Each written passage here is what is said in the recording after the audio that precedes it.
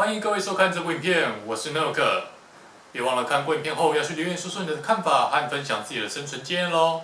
先前发布的 WM4RS-GBB 开枪影片里头，在第4个问题我有提到这把枪的后定不确实的问题。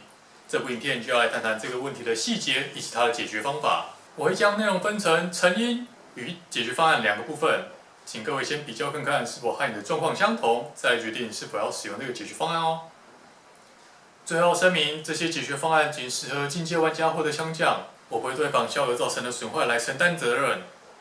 然后所谓的后定不确实，就是无弹时枪机不会后定，不论是手拉拉柄或者是射到没子弹都一样，就像这样子。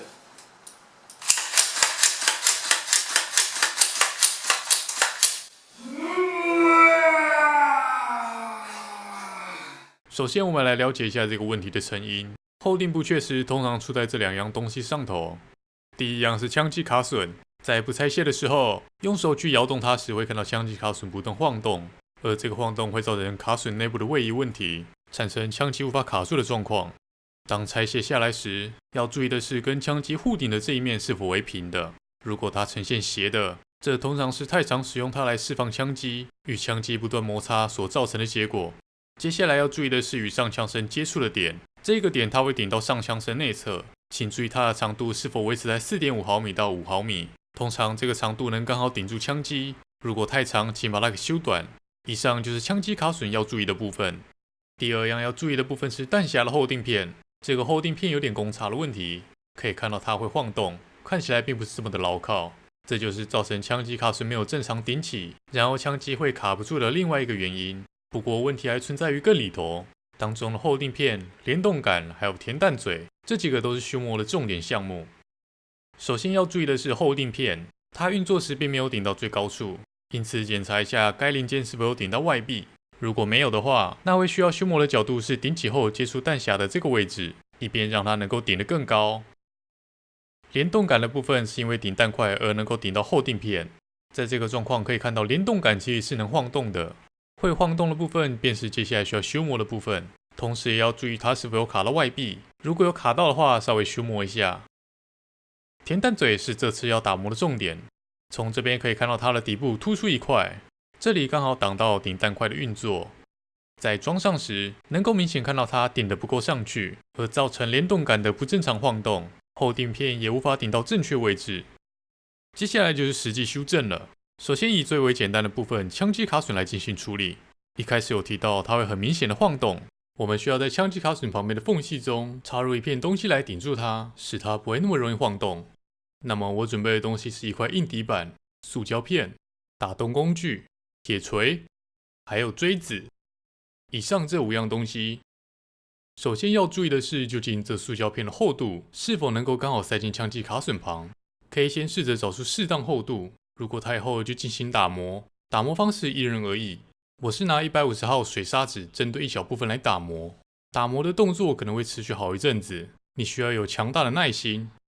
接下来为了让塑胶片在塞进去后能被固定，会需要打出一个符合pin大小的洞，这边直接拿出打洞工具和铁锤将塑胶片敲出一个小洞，其成果会像这个样子。为了确认pin能穿过这个洞，先把枪机卡损的pin拆下来比对，看起来刚刚好能够塞得进去。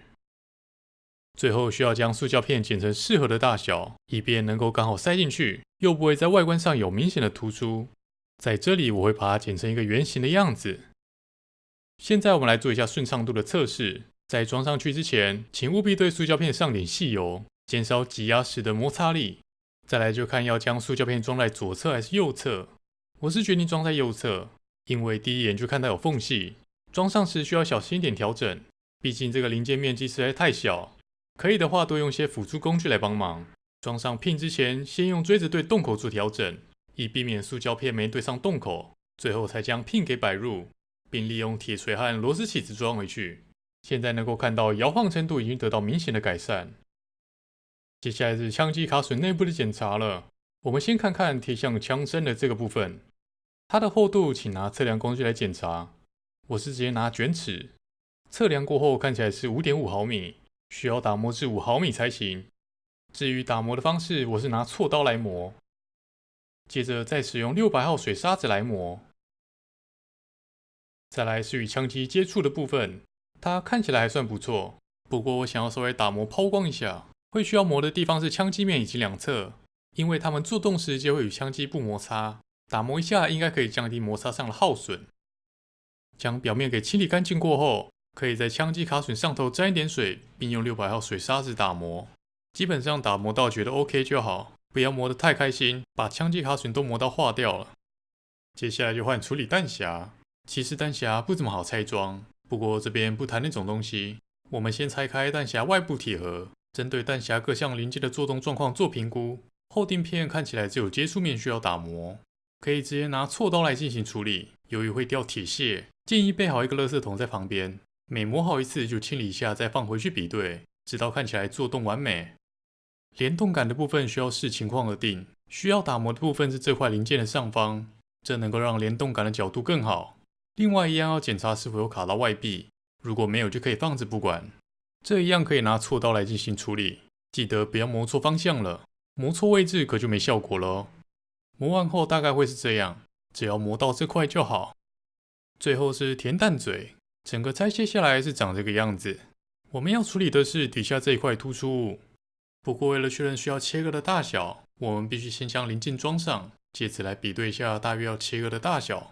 确认好之后有2种方案，一个是底部全部裁切，另一个是只针对顶弹块的位置裁切，这可以依你自己决定。我个人是选择裁切顶弹块的位置就好。由于这是塑胶制品，我是直接拿剪刀来剪，切割好后就放回去比对，直到觉得它可以好好的运作为止。接着我们就完成所有的步骤了，全部装回去吧。现在我已经把所有修正过的零件都装上了，我们来试试看这把枪的状况吧。因为现在已经是晚上12点，所以没办法关瓦斯空机来测试。我们换成拉拉柄10次，来看看状况怎么样。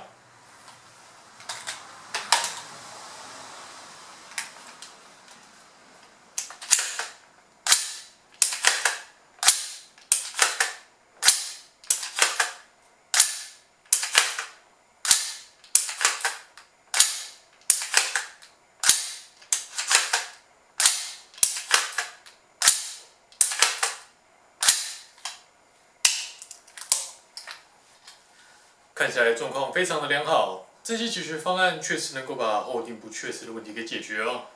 顺便来比较一下，如果枪机卡榫有修正过，但是弹匣是没修正过的，结果会是怎么样好了。那这个是没有改过的弹匣，我们换上去试试看。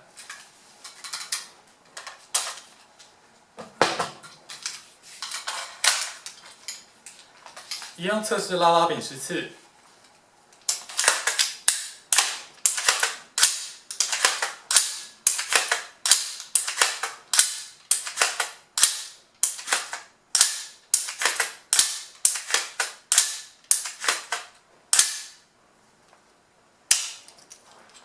哎呦，看起来只要有修正过枪机卡榫，似乎也能顺便改善没修正的弹匣。不过为求稳定，建议两者都改过。好了，那别忘了在看完这部影片后留言说说你的看法，或是分享出你自己的生存经验。只要你们有什么想法，统统提出来。如果你觉得超喜欢我制作的内容，欢迎把 YouTube 的订阅按钮点下去，旁边的铃铛也要把它点亮起来。想要追踪更多文字与图片内容的话，欢迎在影片说明中找到我的粉丝专页。用力给他按赞下去，别忘了我随时都欢迎各位分享自己的生存经验。那我们就期待可以在下一部影片看见你哦。我是 Naka。